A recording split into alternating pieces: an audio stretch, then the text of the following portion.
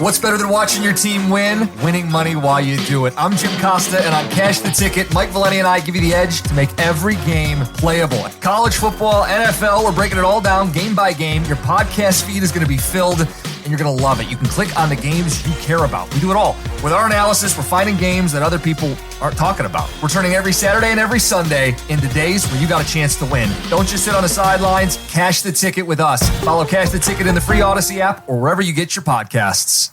It's time to get in the zone. Time to get in the zone with the 49ers web zone. This is the No Huddle Podcast with Al and Brian.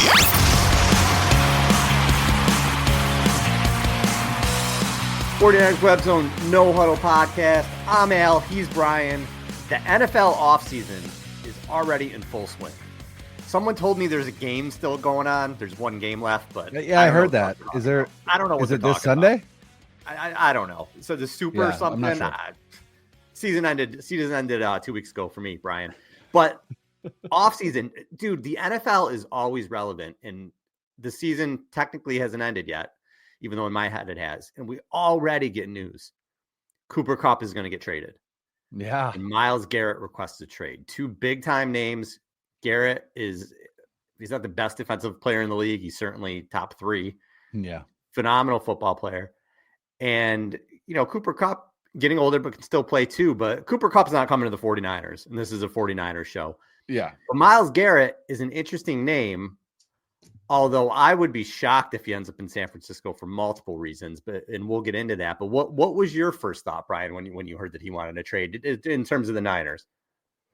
My first thought was one of my favorite memes to use on 49ers Twitter, and it is a screenshot of some show that had John Lynch on. And so it says on the phone, John Lynch. That was my first thought. Like, all right, so John needs to call Andrew Berry of the Cleveland Browns immediately. It's interesting because it's two very different scenarios. One is Cooper Kupp and his team telling him, look, we're going to trade you. Like, we're trading you.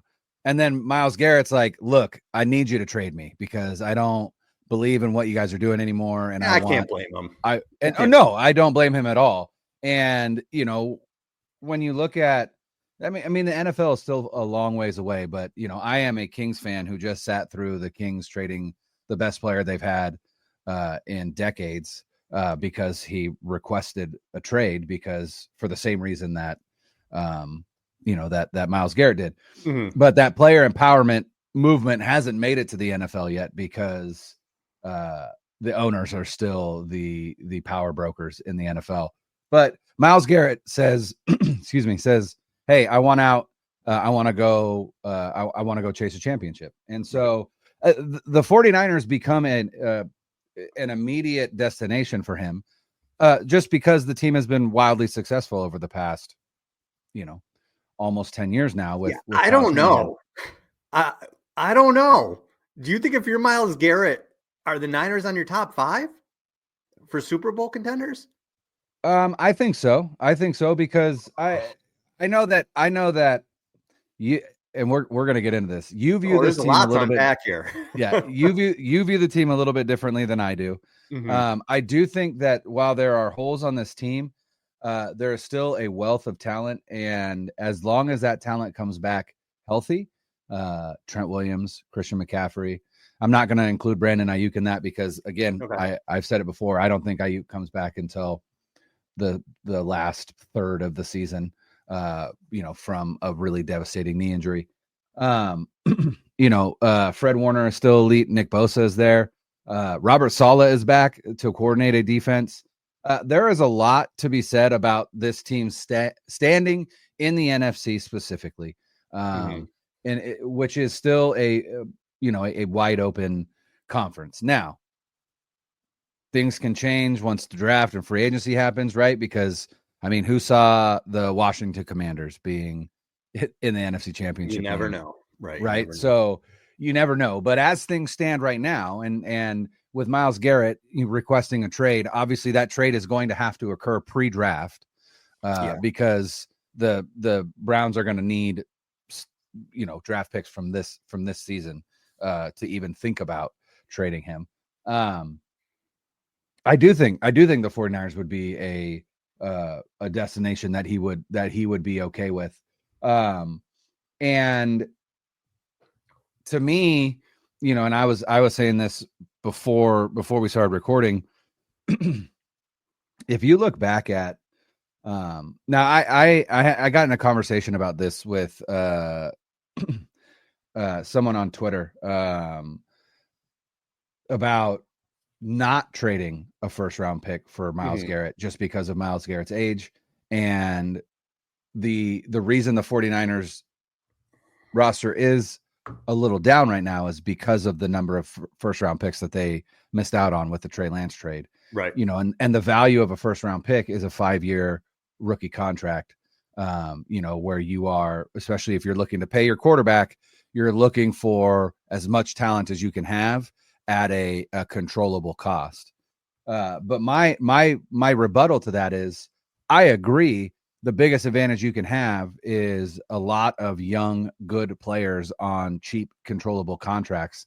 The problem is the 49ers front office hasn't shown or given us any reason to believe that they are going to make a good selection in the first, second, or third round. If you're being perfectly honest, this team has missed significantly more than they have hit in the first, second, and third rounds. Yeah. Going back all the way to 2017 when they took over, right? You look at Solomon Thomas and Reuben Foster. You look at Drake Jackson. You look at Javon Kinlaw. You look at, I said it before, the only outside of Nick Bosa, who they fell ass backwards into, you cannot give them credit for Nick Bosa. That wasn't a win from the scouting department. That was the Cardinals taking a quarterback instead of the best player, and then you reaped the rewards. Yeah. Outside of Nick Bosa, the only 2 players that the 49ers have drafted in the first round that you could deem a success was Mike McGlinchey, who they did not sign to a second contract. Right. And Brandon Ayuk, who they did sign to a second contract, but is now injured. So I don't necessarily have a ton of faith that this team can make a pick at 11 that is going to be a good cost-controlled player for them moving forward. So if I don't have that faith, I would much rather say, sure, trade 11 for a guy that I know is going to be good for the next 3 to 4 years and go from there. And you're going to have to give him a new contract, I would think. Everybody's saying, his contract's affordable, but Myles Garrett is going to probably want a new deal. It is affordable, but also if you extend him, you can make it even more affordable for you, at least in those first 2 years. So yeah, I would think he would get extended. I think they could figure that out. And the Niners have pick 11, which would obviously be in the deal. And then Diana Rossini had said it's probably not going to be multiple firsts. It's going to be a first round pick and then some. Yeah. So do you trade your first round pick, your third round pick, and a second round pick next year? Do you trade your first, your third, and a player? That's probably about what you're looking at, I would think, for the compensation. So compensation wise, I think that the 49ers can figure it out. And you pair him with Nick Bosa, and all of a sudden, I mean, you have the best edge tandem. Yeah. You're talking about, again, 2 of the top, 4 best, TJ Watt and Micah Parsons in there, probably. And then those 2 guys. And Garrett's younger than TJ Watt. Yeah, Garrett's 29. This would be his age 29 season. I was reading something from Eric Branch about this, and to quote, he said, yes, Shanahan and Lynch eased the sting of that move for Trey Lance by finding Purdy in the 7th round, but that trade up to select Lance at number 3 overall, which also included parting ways with a 3rd round pick, had roster-wide consequences that showed up in the season 6-11 disaster. The 49ers' diminished depth was a reason they couldn't insulate themselves from injuries to key players, and the deterioration of the bottom of the roster showed up on special teams whose poor performance led to the firing of Brian Scheider. I can't talk. Brian Schottenheimer is in Dallas. Yeah. Brian Schottenheimer. Anytime you see that name, I think Schottenheimer. Brian Schottenheimer. Anyway, end quote. So what he's saying there is right. Yes, that trade did. Also, what led to the Niners 6-11 season, what you said, is the 2011 and 2021 drafts are absolute shit. When you look at it, 3 years, they got 2 players who are going to help them moving forward, and that's Lenore and that's Brock Purdy. That's it. Yeah. That is it. A lot of these guys are gone, wasted 3rd-round picks on guys like Danny Gray and Trey Sermon and TDP and all those guys. Because of all that, Jake Moody. So many. Because of all that, the Niners are in the situation they're in right now. Now, for me, Myles Garrett's a no-brainer if you can get him for number 11 and some other stuff. It really is, because you still have a lot of draft picks. Nobody you get at 11 is going to be Myles Garrett. The odds of that are slim. I don't care if you think Mason Graham is great or whatever. It's not happening. They're not going to be Myles Garrett. So that is worth it. I get all that. But if you're Myles Garrett, the 49ers are not low in terms of the league, but are they in the top 10? Maybe. But if I'm looking for a Super Bowl contender, you mentioned they have guys coming back. You said Trent Williams, who's 37, and you said Christian McCaffrey is 29. They're coming back, but for what, a year? What are you going to maybe get one more? You're lucky at this point if you get a year, because you banked on him this season and they were hurt. George Kittle is awesome. George Kittle's 32. A lot of the guys, the studs and the blue chippers that the 49ers have are aging or going to be gone. Debo might be gone. So the window with these blue chip guys is very small. So if you're Myles Garrett, you're going to come to the 49ers and think, I don't know how they're going to fill all these holes. Their defensive line, there's nobody other than Bosa. You need a linebacker. You need a corner. You need 2 safeties.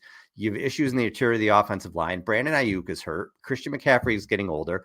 There's a lot of issues on the Niners. If I'm Myles Garrett, Bills are the number 1 team I want to go to.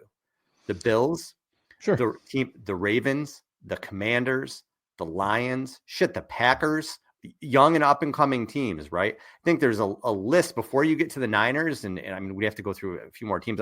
Niners maybe are about 10, maybe in that top 10, but I just don't think, and you said we are in different spots with this. To me, the Niners are at a crossroad this offseason. If they fuck up this offseason, they're in trouble. A lot of trouble, because these guys they're very top heavy right now. And these guys that have been carrying you are getting older and getting hurt and everything else. And you saw what happened this season when you lost some of them. It was a terrible season, and they were bad even without the injuries. So if I'm Myles Garrett, am I coming to the Niners? I mean, I can't imagine they'd be top of the list. Yeah. But the thing you have to look at as well is it's going to take 2 to tango. If Myles Garrett is going to get out of Cleveland is going to have to trade him. And NFL players do not have the type of leverage that NBA players have, that really any other sport, baseball, whatever. So again, part of I think why the 49ers make a logical destination is because they have 11, right? Those other teams that you listed, they don't. They have much later picks. And so and those teams also don't strike me as teams that would be like, yeah, take our 1st round pick this year, our 1st round pick next year, right? They would have to add quite a bit. And I don't know that those teams, I mean, it is Myles Garrett, so they might, but still, is that appealing enough to Cleveland to be like, okay, we're going to take the Bills' 1st round pick this year, which is going to be what, 30, 29, 30. Yeah. 29 to 30. 30. Yeah. And with Myles Garrett on that team, we take their 1st round pick next year. It's probably the same one, right? It's 29 to 32, somewhere around there. Even the Packers, right? All those teams that you listed, again, those are teams that were in the playoffs this year. And it's logical to look at them and be like, yeah, those are the contenders. But, you know, the one team that I think is interesting is another team that, again, is going to have a low pick, and that is the Commanders. I think the Commanders could be a dark horse. In fact, Mina Kimes, I believe she had Myles Garrett on her show. She's on Radio Row this week for the Super Bowl. And she mentioned something to Garrett about, like, would you like to play with Jane Daniels? He's like, well, obviously, like, that would be great. So that's another destination. But again, I think for the situation that we have at hand, the 49ers make the most sense as a team that he could go to that is still going to be a contender, because they have Kyle Shanahan. They have, you know, they have a team that can compete next year. Can they compete in 3 years? I don't know. I don't know that answer. But can they compete next year? Yes. Does Myles Garrett launch that defense into, a stratosphere that we haven't seen in a while? Absolutely. And then you marry that with the fact that they have number 11. So then the Cleveland would have 2 and 11, which, it could be a very nice way to turn this thing around quite quickly for that team. So that's where I think that's why I think the 49ers make the most sense. Another, the betting favorite once it came out was the Cowboys. That made me laugh because I'm like, what? The Cowboys? They just hired Brian Schottenheimer as their head coach. Like, no, the Cowboys. But I mean, if Myles Garrett wanted to play with Micah Parsons, like that would be impressive. But regardless, I think if it is on the table, I'm in. I'm 100% in. I'm trading 11. I'm trading a 3. I'm trading, trade a 3 next year that could bump to a 2 if, if we meet escalators or whatever you need to do. Add that change in there and make it happen. I'm on board. Come join me, Andrew Filippone. And me, Patrick Peterson, 3-time NFL All-Pro cornerback on First and Pod for premier NFL coverage and conversations. Our motto on the podcast is every team, every week, and we don't play favorites. Every episode, you get a glimpse of the entire National Football League with First and Pod. Follow and listen to First and Pod on Mondays and Fridays on the free Odyssey app or wherever you get your podcasts. You brought this up earlier. I think a really interesting report came out from Matt Mayoko. And it wasn't a report. It was just essentially his first mock draft. Yeah. And he had the 49ers taking Penn State tight end Tyler Warren at 11. And I don't know how I feel about that. I liked it. Here's where I am with it. Mock drafts I've seen actually have been all over the place. I've seen corners, I've seen O linemen, I've seen D linemen, I've seen tight end, I've seen Warren. All because people really don't know what the Niners are going to do because they need a lot. They can go in a lot of different ways. But you've seen what happens with not just the 49ers, but any team when they draft for need. When we need this guy, we need a defensive tackle to replace DeForest Buckner. So we're going to take Javon Kinlaw, Tristan Wirfs, or whatever, best player available. We're going to take Jair Brown because we need a safety. We're going to take Jake Moody because we need a kicker. You've seen that happen. Now, when you have the best roster in the league, I guess you can afford to do that here and there. But it's come back to bite them. We've seen. They don't have the best roster in the league anymore. And when I look at this roster, and again, I know people think I can be negative. I just feel like I'm like a realist. When I'm looking at the roster, I still see the stars, but the stars are getting older. All of them. And the one young one you have, two, Lenore's a star. Yeah. Brandon Ayuk is, we don't know what he's going to come back like. But George Kittle, maybe the best tight end in the league this year. He's still 32. He's not going to be there. Sure. Eventually. Trent Williams, 37. Christian McCaffrey, 29. Deebo Samuel is in his late 20s, but he looks like he's 40 out there this season. He's getting older if he's even going to be around. Fred Warner, still phenomenal, but he's going into his 8th season, right? He's in his late 20s, and he got hurt this year. It happens. These guys play 9-10 years. They're going to get hurt. When you look at the drafts, if you listen to the show, I've talked about it a million times. Brian's has listened to me harp on it. They drafted blue chip dudes from 2017 through 2020. Ayuk, Bosa, Deebo, Kittle, Greenlaw, Warner. The list goes on and on. Yep.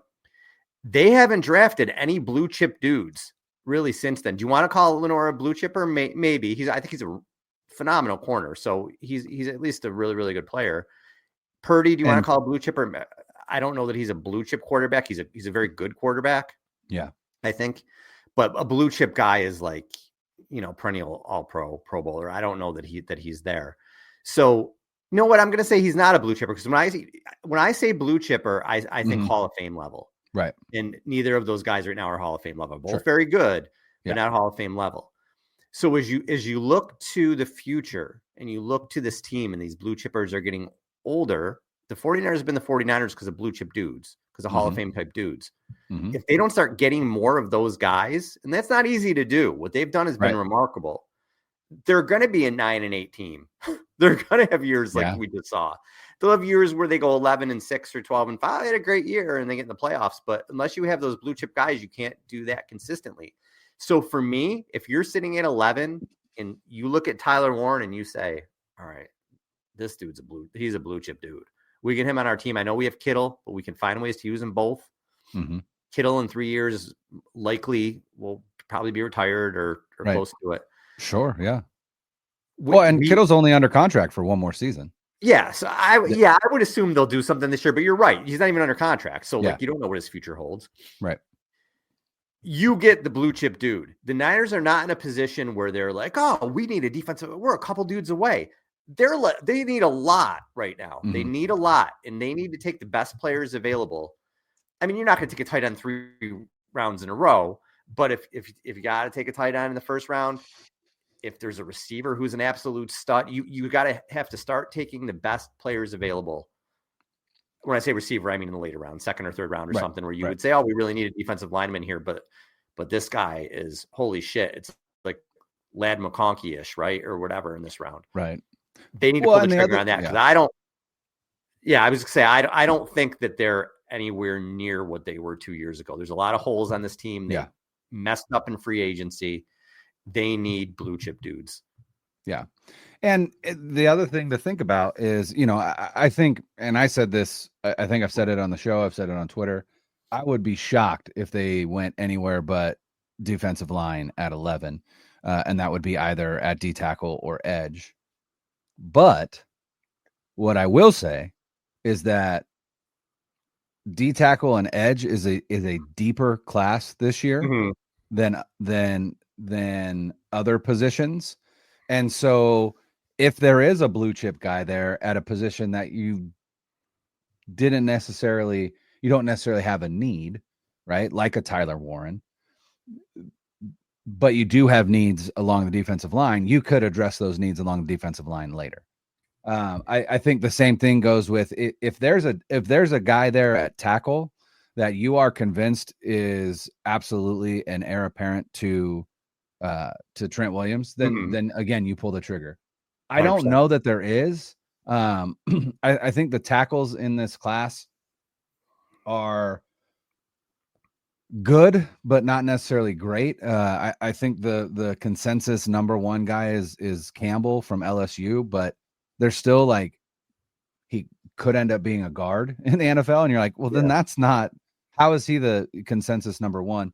One guy that I've seen connected that is interesting is Simmons, the tackle from Ohio State, who tore his ACL in the middle of the season. Yeah. And so he's recovering from that. But if he was healthy, probably would have 100% been a top 5 pick.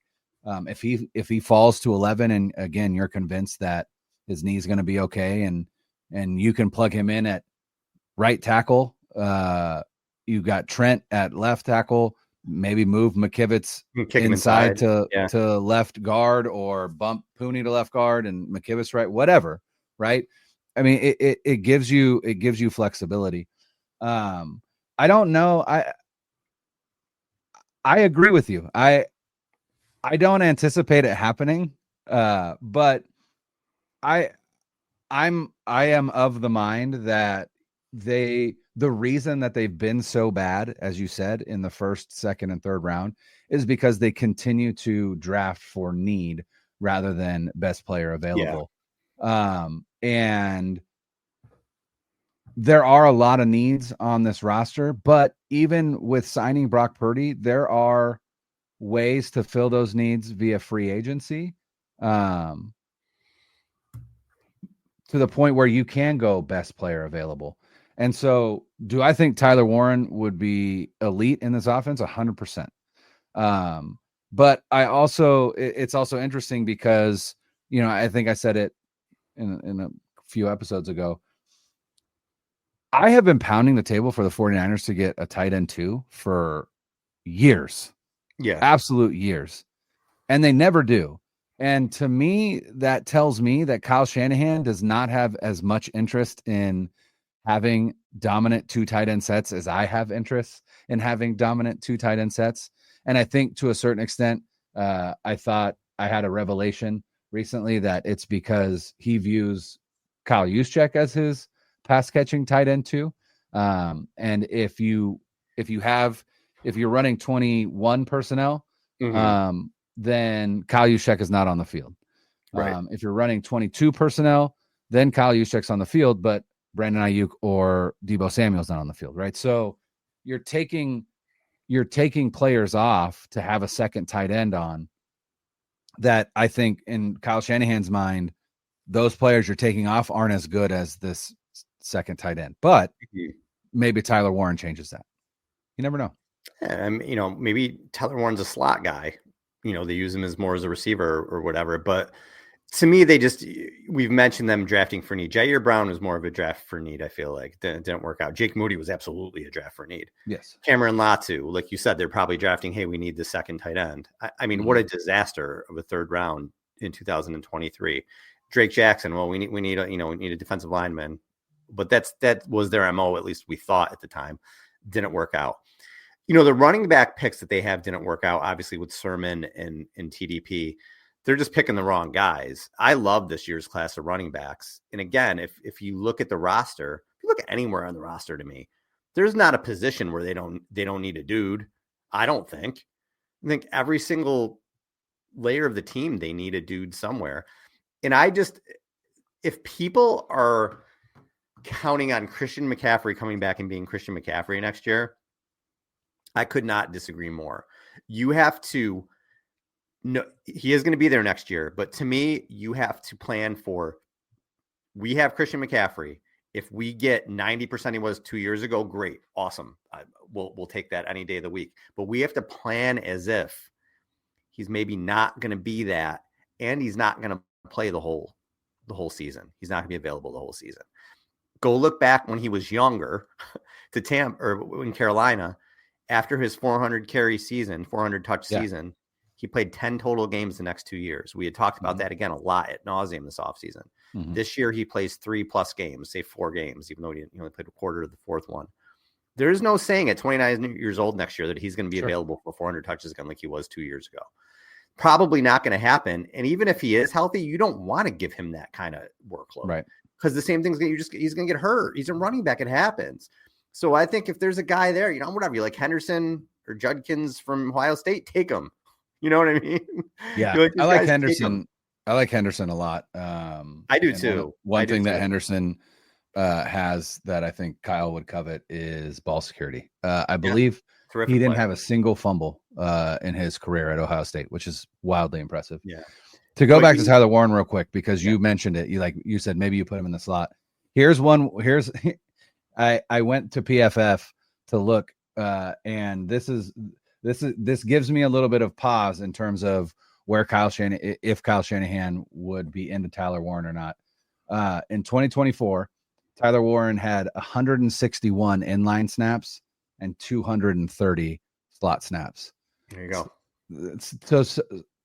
So that doesn't strike me as a guy. Yeah. He's a huge slot receiver in that Penn State offense. Now, it doesn't mean that he can't block. I haven't, and all of the scouting literature is not out yet, right? We haven't even had the combine. So, all that stuff is going to come out. But, I've gone through, just because I love to do this. I've gone through a handful of mock drafts, and every time I look to draft a tight end, the first thing I look at is inline snaps versus slot snaps in terms of, would this guy be a fit for the 49ers?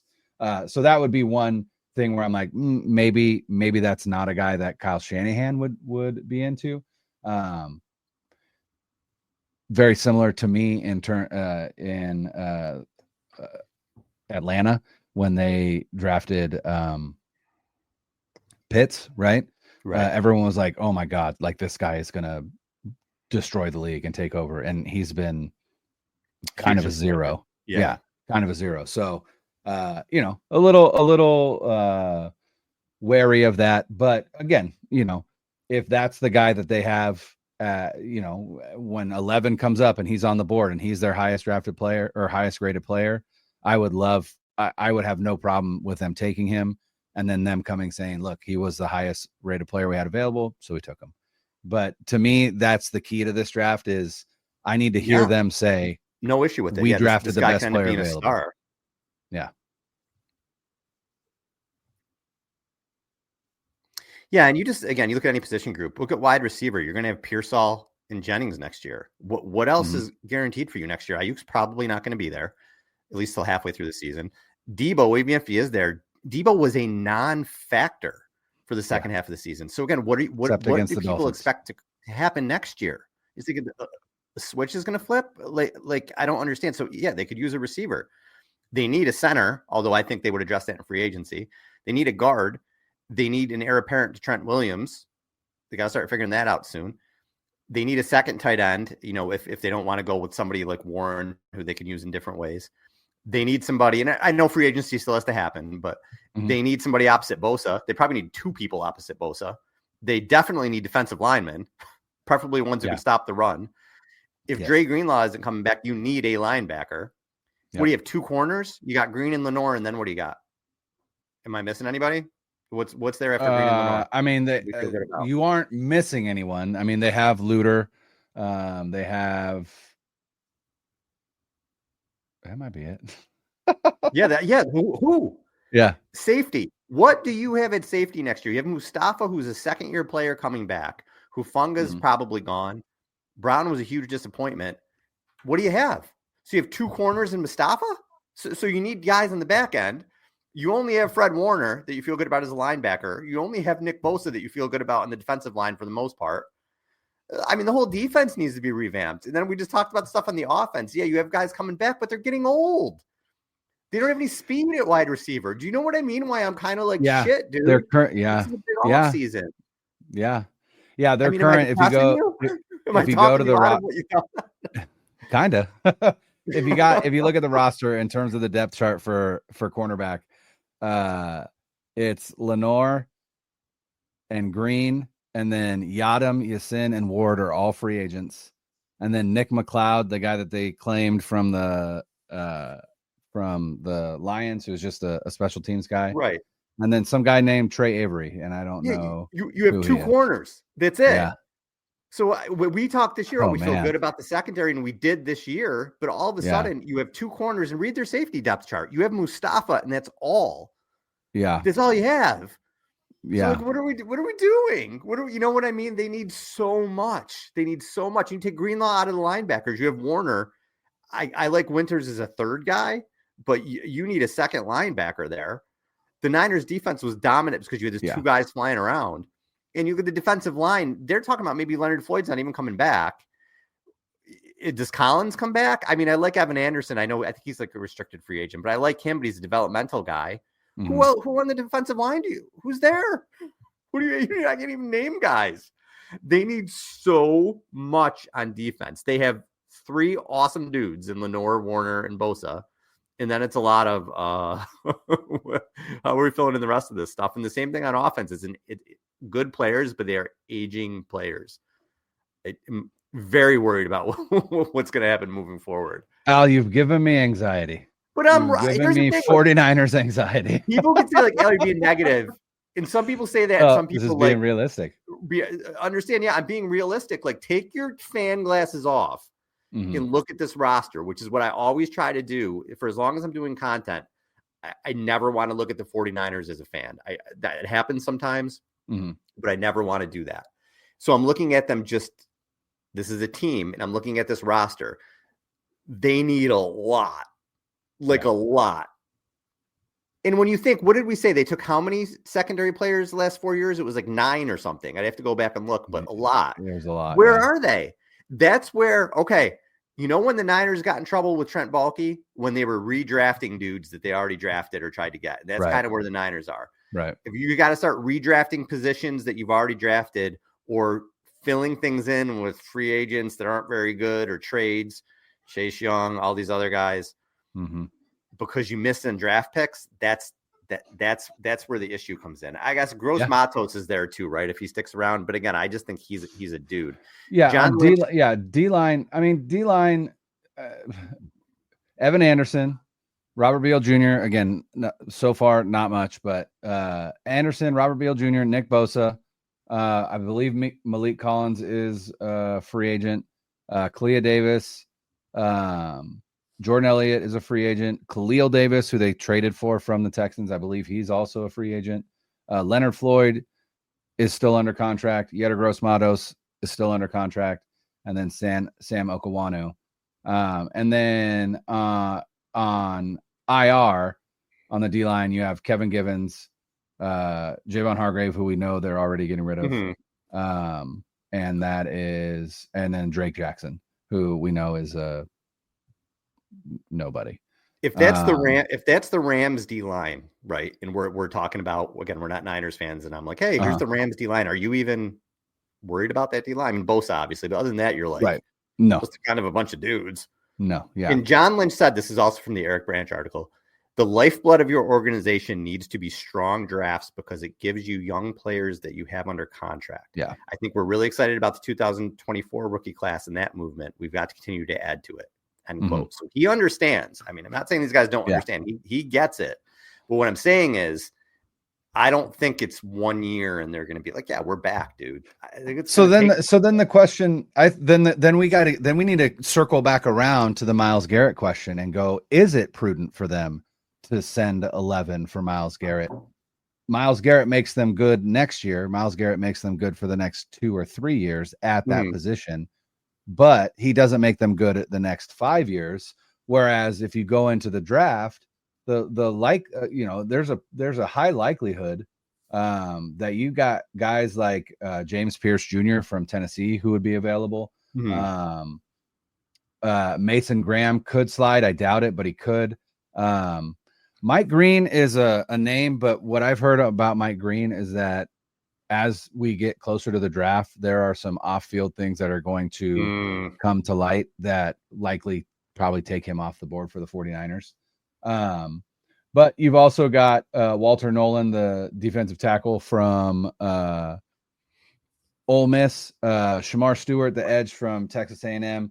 I've seen some 49ers draft guys kind of say Shamar Stewart, like he is like, if you wanted to design defensive end, like that's what he is. But then you throw the tape on and he just has zero production. Another guy that I see mocked to the 49ers a lot is Jalen Walker, the edge / outside linebacker from Georgia. So again, do you trade 11 for 4 years of a very expensive Myles Garrett, who's really, really, really, really good, and pair him with Nick Bosa, and then just focus the majority of your attention on the interior of the defensive line? I'm not going to say it's a bad move, but I don't know that I'm as 100% sold on it as I might have been prior to this conversation. Yeah, I don't think it's a bad move either if you don't have to give up much more than 11. If you're really getting your draft picks taken away, right? Then again, and you also have to give him I think you can probably have to give him a new contract, and I know you can finagle things, but if you're trading for and signing Myles Garrett and signing Brock Purdy, if you want to go make moves like whatever, if you have a pie in the sky of Javon Holland and DJ Reed and whoever, it's not happening anymore. So now you're still very top heavy, which again, if you have Garrett and Bosa, I'm not complaining about that, but that's a good top. It's a pretty good top, right? That can make up for a lot of things, but so it depends on what they can get him for. I don't think you could turn away Myles Garrett, but moral of the story is you have to hit on your other picks, or at least a lot of your other picks. And I like this draft class that just happened, but again, I don't think any of these guys are necessarily blue chip guys, and I don't think they're not at positions where they're going to make huge. And I think that's the key for you, right? Like you wouldn't consider Dominic Pooney a blue chip player because he plays guard. He may end up being a blue chip guard. Yeah, he could be a blue chip guard, right? Because he had a hell of a season. He hit the rookie wall late, but Quentin Nelson is a blue chip guard. How's that working for the Colts? You know what I mean? It just doesn't. Yeah. It affects the game, but it's not like having a game-breaking receiver or a Christian McCaffrey or even a stud left tackle, right, on offense. Which is also what Chris Verser, the O-line coach, basically said last season was, we don't draft linemen high because the drop-off outside of like unless you can get like a Trent Williams, Mm-hmm. right? But where they're typically drafting, which has been in the 20s, if they have a first round pick, the drop off at offensive line from there to the third round they think is negligible. Mm-hmm. And so he's like, go get the guys that touch the football, which again, it's interesting for an O-line coach to be like, Right. I don't need high end talent. It's like, well, yeah, you do. Like you do. should want high end talent, right? Like look at the Eagles. The Eagles are who they are because they have an elite offensive line. So I don't necessarily agree with that, but it does seem like that is the philosophy of this team is that, elite talent on the defensive line we'll take in the first round, but talent on the offensive line, we're going to wait. And I disagree with it, but it is what it is. Yeah, and you look at some of the great teams this season. The Lions have a great offensive line. The Eagles, Bills had a really good offensive line. They were built on running the football. And I know the Chiefs have issues at tackle, but they have studs on their offense. Creed Humphrey and Joe Thuney, and they have studs there. The Bills were historically good at keeping Josh Allen upright, aren't they? The offensive line was terrific this year. Yeah.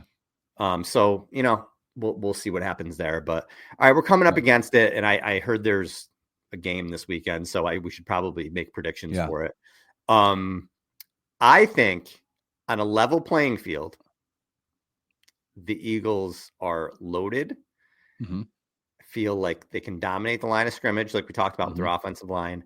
And to me, the difference in this game is going to be Saquon Barkley. To me. Yeah. And agreed. Another difference, having Vic Fangio and what he's been able to do with that defense. He can keep the score down in I would say if someone were to watch the game, they may see, this Saquon guy is the difference. And I feel like that's the way it's going to be. I'm going to say that the Eagles win this game. It'll be close. The Chiefs are never going to get blown out. 27-23 in that range. But to me, it's an Eagles. The Eagles are going to win the Super Bowl. Interesting storyline. Do you know who's playing at linebacker for the Eagles? I do. Because of injury? Yeah, Oren Burks. Who kind of got picked on. Oren Burks' revenge game. They're just going to throw at him all day. Right. Just like last year. That is a concern that I have on the defensive side for the Eagles, even though Vic Fangio is a better defensive coordinator than Steve Wilkes is. I do believe in Vic Fangio. Especially given that he's had 2 weeks to prepare a game plan. And I think that is the biggest difference outside of offensive line and Saquon Barkley. I think the Eagles, their style of play, it's not sexy. It's not fun to watch. It's a boa constrictor, right? It is taking the air out of the ball, dominating time of possession. And I think it's a winning formula, and I really don't want good things to happen for Eagles fans, but I do think the Eagles are a better team.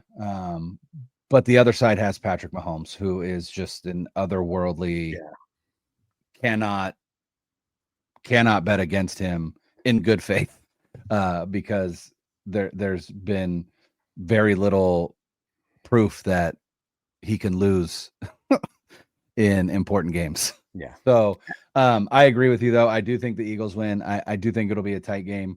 I'm gonna say 24-20 Eagles. All right, we'll see what happens. And if you're gonna watch the game, I know a lot of people aren't feeling it this year, but if you're gonna watch it, enjoy it. Maybe there'll be some good movie trailers, have some food, spend some time. Enjoy that Kendrick Lamar halftime show. I'm excited for that. I do want to watch that. I can't name one song that dude sings. I'm not a big rap guy, so I like old school rap. I like older school rap, like Tupac type stuff. But like I don't Dr. Dre. I'll do some of that. But the new stuff, I'm not really. I can't think of a current rapper I really listen to. So I don't even know what the hell he sings. So I'm not going to miss much there either. I know he doesn't like Drake. That's all. Who I also doesn't know. I don't know what Drake sings either. So I sound lame as hell right now. I love it. I'm a lame old guy. All right, everybody. Thanks for listening. Later. 9 3. 1, 2, 3.